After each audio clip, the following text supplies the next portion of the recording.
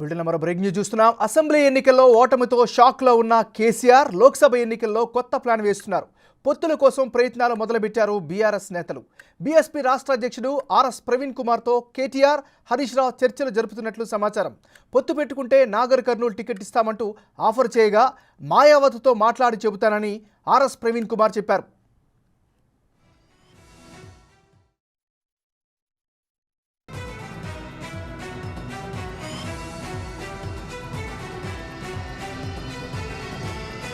కేసీఆర్ పాలనకు వ్యతిరేకంగా వీఆర్ఎస్ తీసుకుని బీఎస్పీలో జాయిన్ అయ్యారు ప్రవీణ్ కుమార్. అసెంబ్లీ ఎన్నికల్లో కేసీఆర్కి వ్యతిరేకంగా ప్రచారం చేశారు. అయితే బీఆర్ఎస్తో పొత్తుపై అన్ని వదంతులే అంటుంది బీఎస్పీ చెబుతోంది.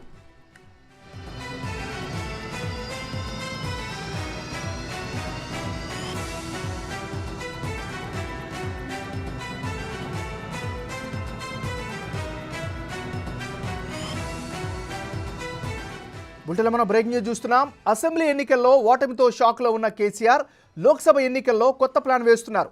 పొత్తుల కోసం ప్రయత్నాలు మొదలుపెట్టారు బీఆర్ఎస్ నేతలు. బీఎస్పీ రాష్ట్ర అధ్యక్షుడు ఆర్ఎస్ ప్రవీణ్ కుమార్తో కేటీఆర్, హరీష్ రావు చర్చలు జరుపుతున్నట్లు సమాచారం.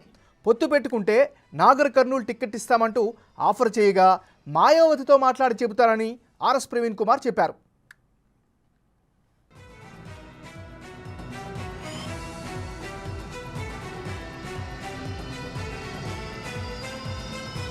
గతాన్ని కనుక ఒకసారి పరిశీలిస్తే కేసీఆర్ పాలనకు వ్యతిరేకంగా వీఆర్ఎస్ తీసుకుని బీఎస్పీలో చేరారు ప్రవీణ్ కుమార్.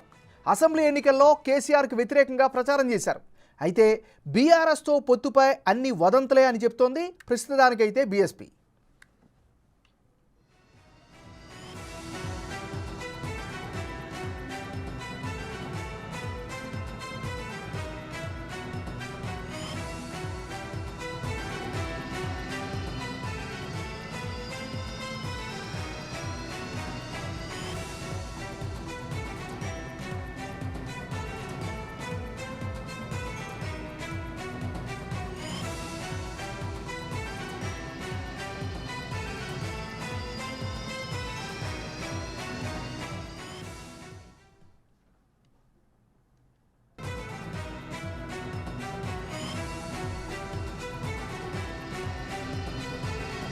బులెటిన్లో మనం బ్రేక్ న్యూస్ చూస్తున్నాం.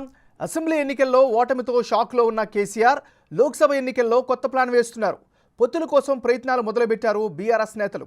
బీఎస్పీ రాష్ట్ర అధ్యక్షుడు ఆర్ఎస్ ప్రవీణ్ కుమార్తో కేటీఆర్, హరీష్ రావు చర్చలు జరుపుతున్నట్లు సమాచారం. రైట్గా ఇదే అంశానికి సంబంధించి మరింత తాజా సమాచారం అందించేందుకు మా రిపోర్టర్ సైదులు లైవ్లో సిద్ధంగా ఉన్నారు. సైదులు, చెప్పండి, ఇప్పటి వరకు ఉన్నటువంటి అప్డేట్స్ ఏంటి? ఈ సంఘటనకు సంబంధించినటువంటి పూర్వాపరాలేంటి?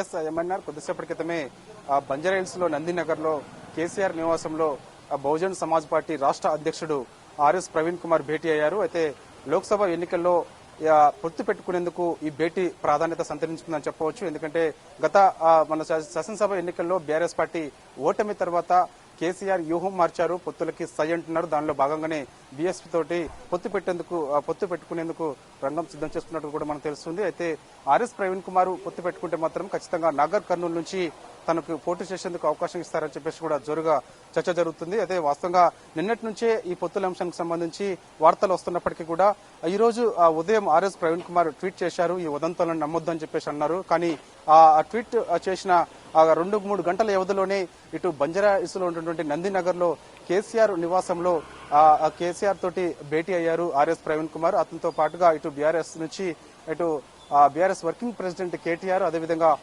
సిద్దిపేట ఎమ్మెల్యేగా ఉన్నటువంటి హరీష్ రావు కూడా ఈ భేటీలో ఉన్నట్టు కూడా మనకు సమాచారం అవుతుంది. ప్రస్తుతం అయితే మనం నందినగర్లోనే ఉన్నాము, ఇంకా భేటీ కొనసాగుతూనే ఉన్నది. అయితే వాస్తవంగా బీఎస్పీ ఖచ్చితంగా బీఆర్ఎస్ లో విలీనం అవుతుందా, లేదంటే ఓన్లీ ఈ లోక్సభ ఎన్నికల్లో పొత్తు వరకే పరిమితం అవుతుందా అనేది కూడా కొంత ఆసక్తిగా మారిందని చెప్పవచ్చు. ఎందుకంటే పొత్తుకు సంబంధించిన అంశానికి మాత్రం ఖచ్చితంగా ఇటు మాయావతి తోటి మాట్లాడిన తర్వాతనే నిర్ణయం తీసుకుంటారని చెప్పేసి కూడా ఆర్ఎస్ ప్రవీణ్ కుమార్ సంబంధించినటువంటి అనుచరులు మాత్రం చెప్తున్న పరిస్థితి కనిపిస్తుంది. కానీ విలీనానికి మాత్రం వచ్చే మాత్రం ఈ విలీనానికి సంబంధించి కూడా ఒకవేళ విలీనం బీఎస్పీ బీఆర్ఎస్ లో విలీనం అయితే కూడా అదే విషయాన్ని కూడా ఖచ్చితంగా మళ్ళా మాయావతితోనే చర్చించిన తర్వాతనే నిర్ణయం తీసుకుంటారని అంటున్నారు.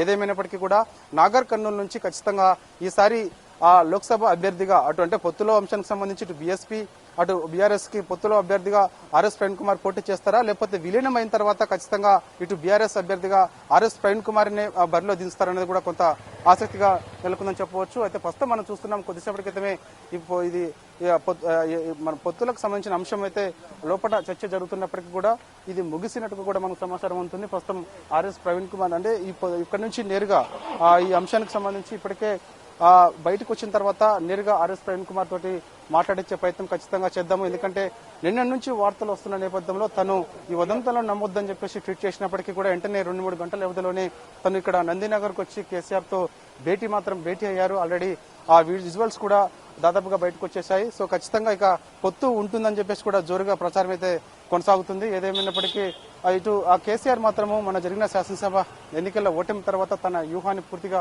మార్చారు. మరోవైపు ఇప్పటికే సిట్టింగ్ ఎమ్మెల్యేలు సిట్టింగ్ ఎంపీలు వీళ్ళందరూ కూడా బీఆర్ఎస్ పార్టీని వీడిపోతున్న నేపథ్యంలో ఇప్పటికే మొత్తం తెలంగాణ రాష్ట్రంలో 17 లోక్సభ స్థానాలకు సంబంధించి ఒక 4 మాత్రమే అభ్యర్థులు 4 సీట్లలో మాత్రమే కేసీఆర్ అభ్యర్థులను ప్రకటన చేశారు.